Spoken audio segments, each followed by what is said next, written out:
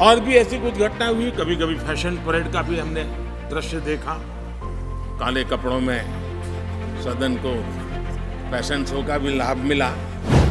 भव्य दिव्य वातावरण बना है, उसको नजर न लग जाए इसलिए काला टीका करने का प्रयास हुआ है। जब भी अच्छी बात होती है काला टीका नजर न लग जाए इसलिए बहुत जरूरी होता है।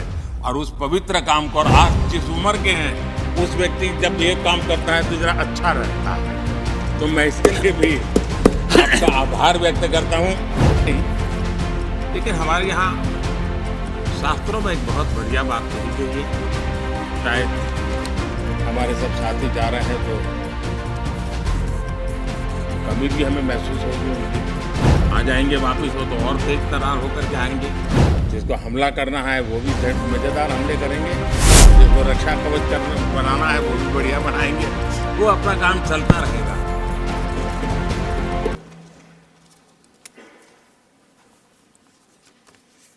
आदरणीय सभापति जी,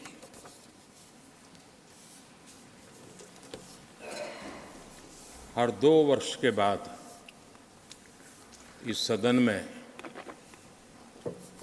इस प्रकार का प्रसंग आता है,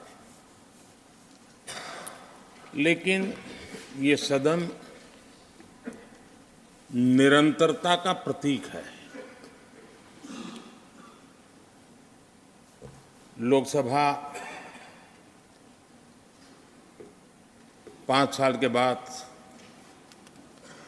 नए रंग रूप के साथ सज जाती है।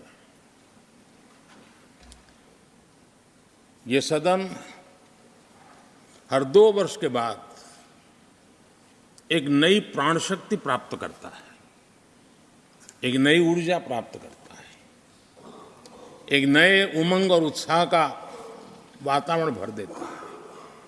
और इसलिए हर 2 साल में जो होने वाली विदाई है वो विदाई एक प्रकार से विदाई नहीं होती है, वो ऐसी स्मृतियों को यहाँ छोड़ करके जाते हैं जो स्मृतियां आने वाली जो नई बैच होती है उनके लिए ये अनमोल विरासत होती है, जिस विरासत को वो यहाँ अपने कार्यकाल के दरमियान और अधिक मूल्यवान बनाने का प्रयास करते हैं। जो आदरणीय सांसदगण अपने, कुछ लोग जा रहे हैं, हो सकता है कुछ लोग आने के लिए जा रहे हो और कुछ लोग जाने के लिए जा रहे हो। मैं विशेष रूप से माननीय डॉक्टर मनमोहन सिंह जी का स्मरण करना चाहूंगा। 6 बार इस सदन में वो अपने मूल्यवान विचारों से और नेता के रूप में भी और प्रतिपक्ष में भी नेता के रूप में उनका बहुत बड़ा योगदान रहा है। वैचारिक मतभेद, कभी बहस में छिटाकशी, वो तो बहुत अल्पकालीन होता है, लेकिन इतने लंबे अरसे तक जिस प्रकार से उन्होंने इस सदन का मार्गदर्शन किया है, देश का मार्गदर्शन किया है, वो हमेशा हमेशा जब भी हमारे लोकतंत्र की चर्चा होगी तो कुछ माननीय सदस्यों की जो चर्चा होगी उसमें माननीय डॉक्टर मनमोहन सिंह की योगदान की चर्चा जरूर होगी।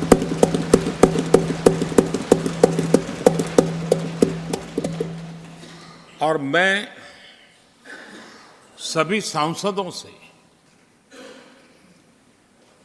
चाहे इस सदन में हो या उस सदन में हो, जो आज है वो शायद भविष्य में आने वाले हो। मैं उनसे जरूर कहूंगा कि ये जो माननीय सांसद होते हैं, किसी भी दल के क्यों न हो, लेकिन जिस प्रकार से उन्होंने अपने जीवन को कंडक्ट किया होता है,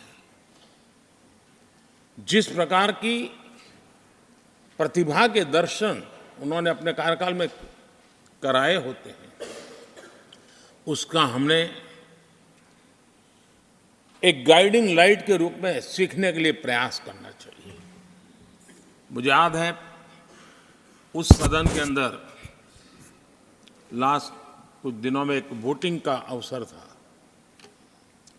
विषय तो मैं छूट गया मेरा, लेकिन पता था कि विजय ट्रेजरी बैंक की होने वाली है।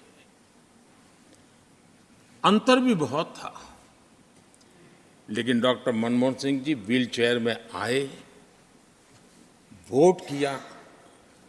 एक सांसद अपने दायित्व के लिए कितना सजग है, उसका वो उदाहरण, वो प्रेरक उदाहरण था। इतना ही नहीं, मैं देख रहा था कभी कमेटी के चुनाव हुए, कमेटी मेंबर्स के, वो व्हील चेयर में वोट देने आए। सवाल ये नहीं है कि वो किसको ताकत देने के लिए आए थे, मैं मानता हूं वो लोकतंत्र को ताकत देने आए थे।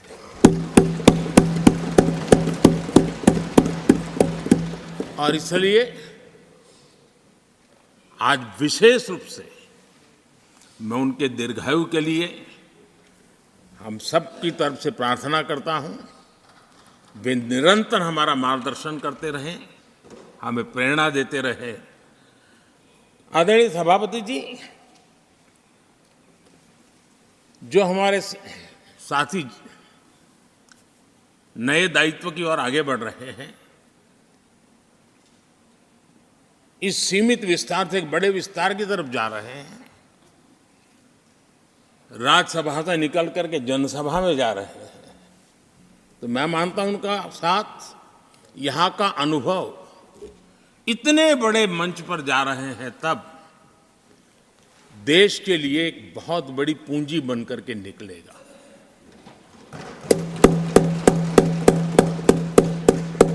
किसी यूनिवर्सिटी में भी 3-4 साल के बाद एक नया व्यक्तित्व तो बाहर निकलता है।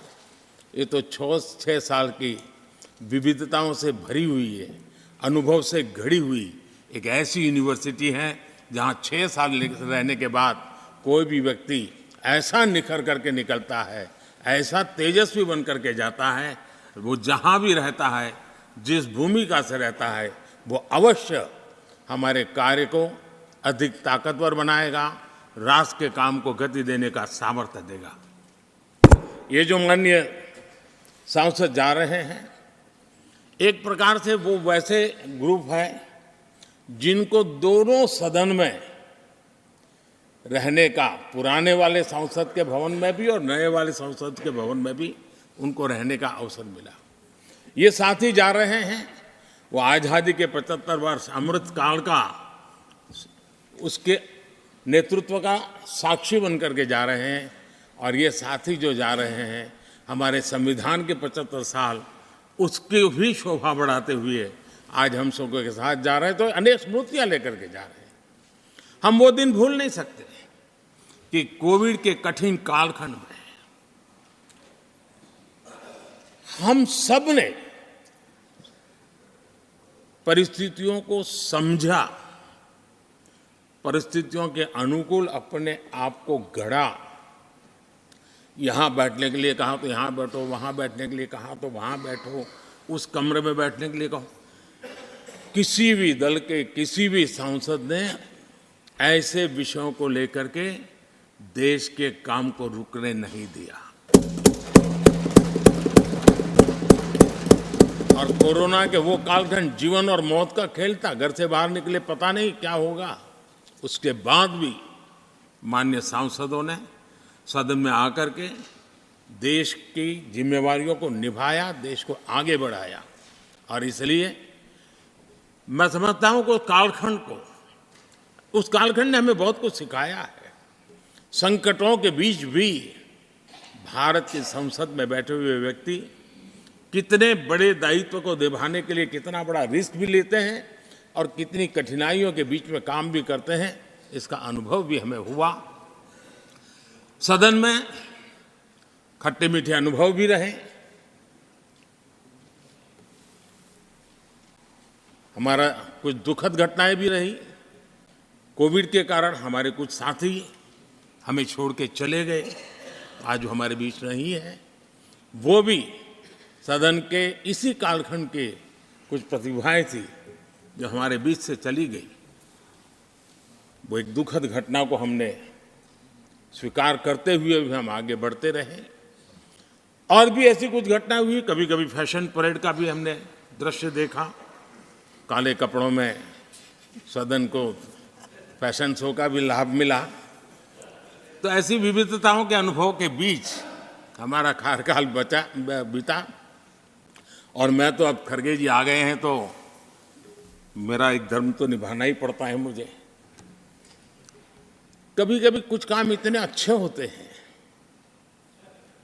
जो बहुत लंबे समय तक उपयोगी होते हैं। हमारे यहाँ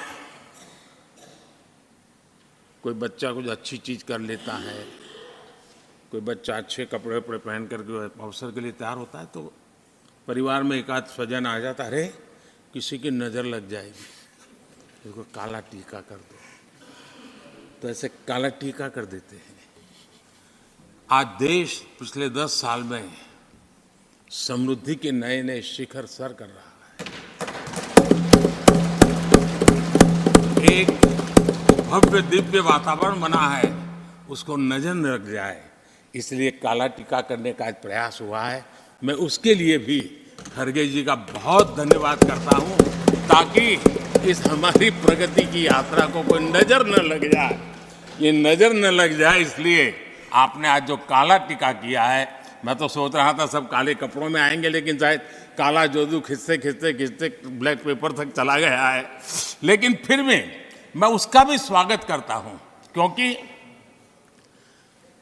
जब भी अच्छी बात होती है काला टीका नजर न लग जाए, इसलिए बहुत जरूरी होता है। और उस पवित्र काम को, और आज जिस उम्र के हैं उस व्यक्ति जब ये काम करता है तो जरा अच्छा रहता है। तो मैं इसके लिए भी आपका आभार व्यक्त करता हूं। आदरणीय सभापति जी, ये विषय कोई लंबा बोलने का तो है नहीं, लेकिन हमारे यहाँ शास्त्रों में एक बहुत बढ़िया बात कही गई है। शायद हमारे सब साथी जा रहे हैं तो जो कमी भी हमें महसूस होगी उनकी, क्योंकि उनके विचारों का लाभ जो आ जाएंगे वापस, वो तो और तेज तर्रार होकर के आएंगे। जिसको हमला करना है वो भी मज़ेदार हमले करेंगे, और जिसको रक्षा कवच बनाना है वो भी बढ़िया बनाएंगे। वो अपना काम चलता रहेगा। हमारे यहाँ शास्त्रों में कहा गया है,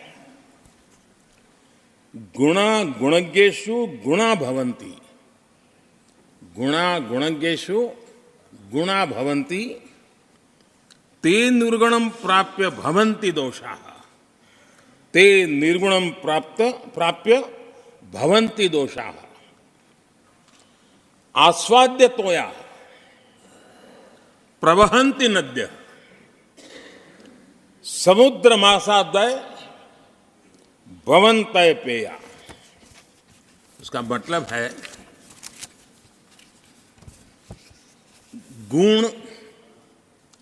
गुणी लोगों के बीच रहकर गुण होते हैं।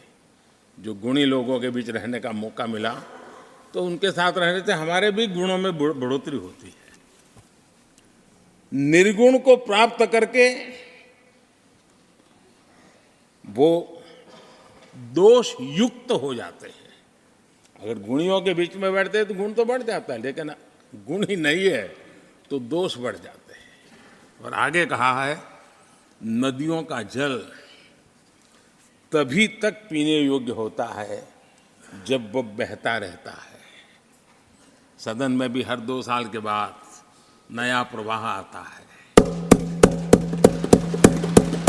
और जब तक बहता रहता है, लेकिन नदी कितनी ही मीठी क्यों ना हो, पानी कितना ही स्वादिष्ट क्यों न हो, लेकिन जैसे ही समुद्र से मिल जाती हैं वो किसी काम की रहती नहीं है, उसमें दोष आ जाते हैं, दोष युक्त हो जाते हैं।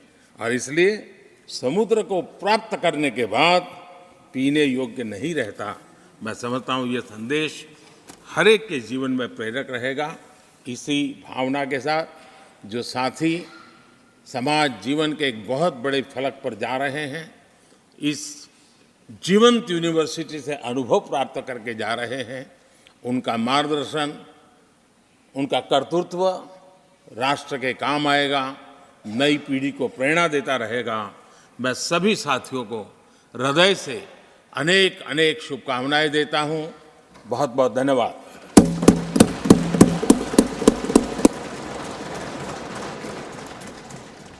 Honorable Leader of the Opposition.